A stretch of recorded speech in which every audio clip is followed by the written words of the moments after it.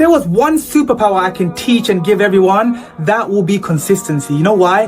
Because doing something every single day for the rest of your life is you building a habit towards that thing. It will eventually get you results. The problem is most of you give up too early. So stay consistent on whatever you're trying to do right now in your life, and I promise you eventually it will be worth it.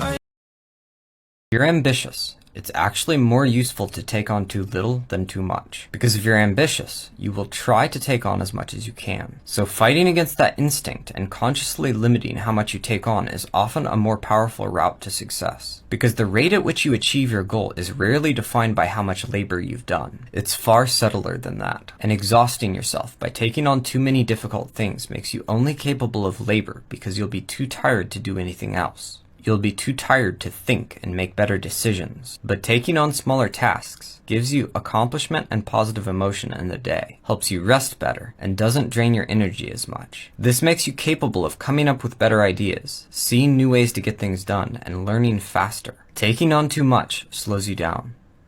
It doesn't get you to your goal faster. Every action you take is a vote for the person you wish to become. No sudden burst of motivation is going to change who you are. Cast votes on a consistent basis and build on this over time. Your actions don't have to be big, nor always successful. The funny thing is small habits built over a lifetime make the most meaningful changes. Start casting the votes for your future self, and remember, becoming vulnerable has nothing to do with the person in front of you, or the person you're talking to, or working with, or dating. It has to do with you. Vulnerability is the ability to self-regulate. It's the ability to say, whatever goes wrong here, I can handle it anyways. That's what makes people vulnerable, right? It's not that they're taking this huge risk. It's that they don't feel it's risky because they depend on themselves. And so they're able to take that, they can afford the risk, right? It's like somebody who has a lot of money and they take a risk in the market, they can afford it. If they lose it, they're okay, right? They're abundant financially. So if you're abundant emotionally and you have strength and you're happy with yourself, you're going to show up and be vulnerable, and whatever goes wrong, you'll be able to self-regulate. That's what creates vulnerability. The reality of telling people your goals.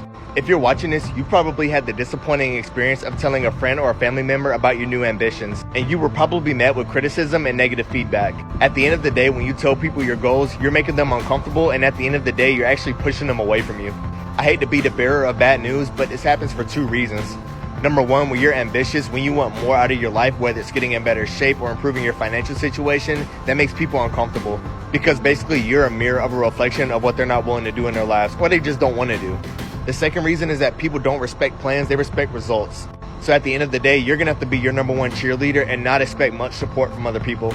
Like and follow for more videos on mindset and motivation.